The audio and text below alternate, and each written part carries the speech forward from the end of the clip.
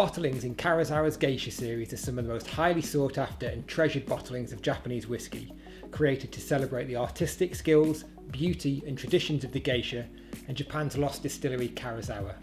In this video we're going to take a look at the history of this incredible and highly valuable series of bottles.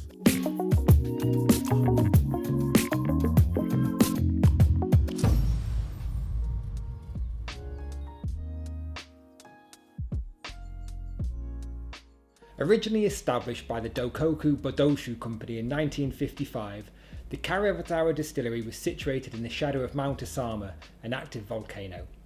The distillery began production in 1957, initially producing malt for Bodoshu's range of blended whiskies under the name Ocean, and changing focus in 1977 when the distillery's output became destined for both blending and single malt releases.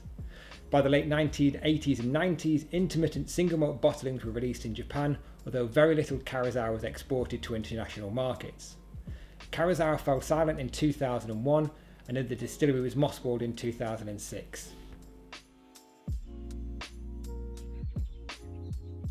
In 2006, Karuizawa was acquired by Japan's Kirin Beverage Company, who went on to end any hopes of a Karuizawa revival, and the distillery was demolished by the 15th of March 2016. As of 2006, there were only 324 remaining casks known to exist. The Karuizawa distillery focused on traditional small-scale production, housing 4 small stills and wooden washbacks, using exclusively Golden Promise barley imported from the UK, and primarily ex-sherry casks from Spain for maturation. The foundations for the Geisha series began in 2007 when UK-based independent bottler No. 1 Drinks reached an agreement with Kirin to start bottling single casks of Karuizawa for release in the European and international whisky markets. No. 1 Drinks released a range of single-cask Karuizawa bottlings, many with labels and packaging inspired by aspects of Japanese history, folklore and culture. Amongst these releases, the Karuizawa Geisha label bottlings featured label designs based upon traditional Japanese woodblock prints, which most often depicted courtesans or geisha. Karuizawa's Geisha labels were released across different international markets, including Europe and Asia, while No. 1 Drinks often bottled casks to create exclusive bottlings for independent bottlers and retailers, such as France's La Maison du Whisky. In 2009, a 1982 Geisha label 27-year-old matured and the first ex-sherry cask was bottled for the UK retailer, the Whisky Exchange, to celebrate the company's 10th anniversary. Amid a growing interest in Japanese whisky, Karuizawa gained international popularity, prompting Kirin to sell casks from the remaining stock to an assortment of independent bottlers and investors, including the Whisky Exchange's co-founder Sukhinder Singh. In 2013, Singh approached No. 1 Drinks to bottle a pair of Karuizawa whiskies for the Whisky Exchange's annual whisky show.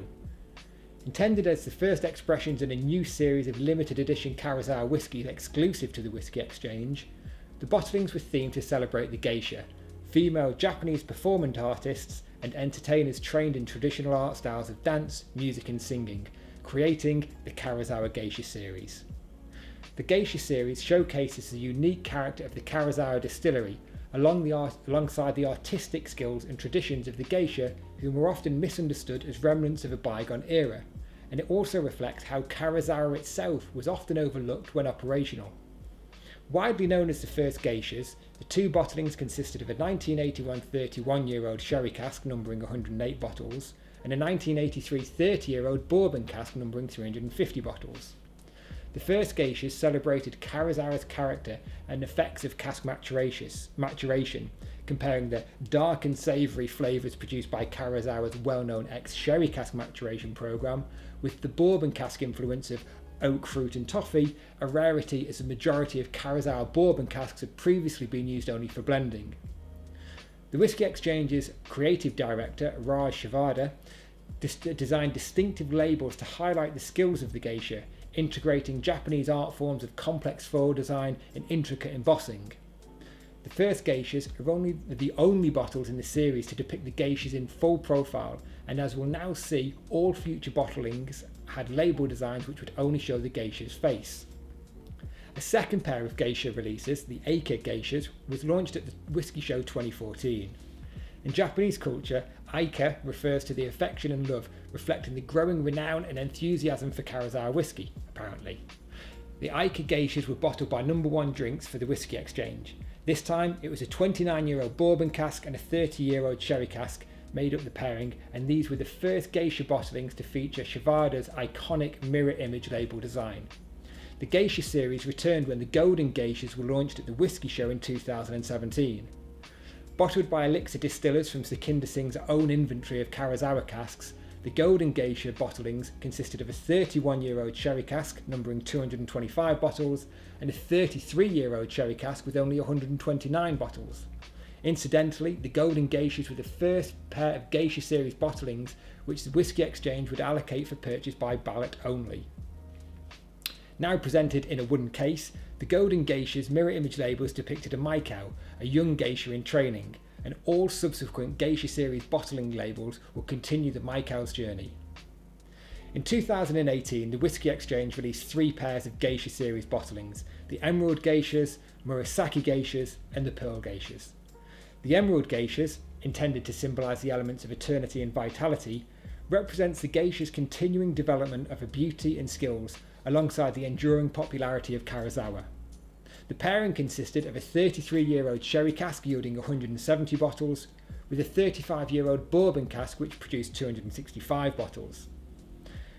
Designed to represent the innate majesty of the geisha and to depict the beauty of the Maiko on a journey to becoming a geisha, the Murasaki, or Imperial Purple Geishas, were a pair of extremely limited edition sherry-matured Karuizawa whiskies. Only 60 bottles of each expression, a 29-year-old sherry cask and a 31-year-old sherry cask, were available, originally retailing for, can you believe it, just £6,000 a bottle. In comparison, the Pearl Geishas would symbolise the Maikau's growing wisdom, represented by pairing 2 very well-aged casks, a 37-year-old sherry cask numbering only 71 bottles and a 38-year-old sherry cask which yielded 172 bottles. In 2020, the 5th instalment of the Geisha series, the Sapphire Geishas, were released to tribute the Karuizawa's continuing legend, and the bottlings would have also marked Karuizawa's 65th anniversary if the distillery had remained operational. And it's one of these Sapphire Geishas that we've got here on the cask today. Now, hopefully you can see on the image just how beautiful these labels are, but we're going to put a load of B-roll into this video. But when you actually see these bottles really up close, you get to feel and see what a tactile label these are, with their embossed label and all the foilings on there. As part of the Geisha's journey, Chavda combined sapphire blue with dragon detailing to reflect the wisdom and the status that the Geisha acquire. The Sapphire Geisha released paired a 31-year-old sherry cask which yielded only 146 bottles and originally retailed for £12,500, with a 36-year-old sherry cask which produced only 105 bottles and initially retailed for £15,000. The Whisky Exchange launched the Geisha series penultimate pairing in 2021, the Ruby Geishas. Pairing a 34-year-old sherry cask yielding 247 bottles with a 38-year-old sherry cask which produced 223 bottles, the Ruby Geisha expressions originally retailed for £18,000 and £20,000 respectively. For the Ruby Geishas, Chavda was inspired by the ruby gemstone, which represents nobility, purity and passion, combining the colour with the brilliant and intricate design of the majestic crane, a bird which symbolises longevity and good fortune in Japanese culture. 2022 is the year that we're most likely set to see the final Geisha series pairing. Given the history of the series using gemstones as their inspiration, we feel that the final edition is likely going to be the Diamond Geishas. These are likely going to be the oldest of all the Geisha expressions and also represent the coming of age from the young Maiko to the fully fledged Geisha, and the price is likely to be well over £20,000 per bottle.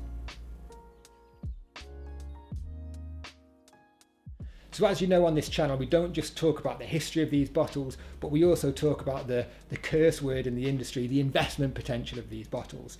And what potential do these bottles have? Well, there's 2 ways of looking at bottle investment. You've got bottle investment, which I would sort of see as a long-term strategy, and then you've got arbitrage, which is basically you buy and you flip. Now, as the years have gone on, more people have become interested in the arbitrage side of things. They buy bottles on release by entering the ballot, and then they flip them. And as we've seen, especially with the Ruby Geishas, there was a large number of people that entered the ballot, and subsequently the auctions immediately after the ballot featured a large number of these bottles, and it had somewhat of a detrimental impact on the price. The very first releases at auction shot up quite high, but then as more and more came to the market, presumably because people who couldn't afford to spend 18 and 20,000 pounds on a bottle and keep it tied up for 5 years had to get the money back, so they were selling at any cost. Now, these are expensive bottles of whiskey, you know, they're 20, 25,000 pounds, but they are the creme de la creme. You know, they're absolutely beautifully presented bottles, and if you've watched this channel a lot, you'll know that it's the bottle itself that matters more than the whiskey in many instances. But it's also combined with very old and very rare whiskey too, so it's got both elements in perfect harmony, in my opinion. You're also looking at the fact that in 2022, maybe 2023, we're going to see the last ever cask of Karuizawa bottled. So there will be no more bottlings of this. And unlike Brewer and Port Ellen and Rosebank, who are coming back online again, this whiskey is going to disappear forever. There will be no more new releases of it. So the secondary market is only going to see flips of older invested bottles. So if you're looking for a quick flip and making some quick money, you know, don't spend all your money on a geisha. Go to your lower value bottles. But if you want to have a very good long-term investment, you know, the Geisha series, they've got a really rich, complex history. The artistry of the labels is absolutely fantastic. It's incredible whiskey from an incredible distillery, and seen over the next 5 to 10 years, I think we're going to see huge transformations in the price. So there we have it. It's the history and investment potential of the Karuizawa Geisha series. I can't say it enough, these bottles are truly beautiful, and we're often lucky enough to have some of these available for sale in our shop. So if you're looking to purchase any bottles of Geisha, get in touch. We might have some in stock, and if not, we have clients that we know who have got inventory, and we might be able to source and broker a sale for you. What do you think of the Geisha series? Do you think it's an overpriced, overhyped, beautiful series of bottlings, or do you think it really is worthy of the prices that these bottles are currently commanding? Get in the comments below and keep tuned, because we've got lots more content about Japanese whiskey coming very soon.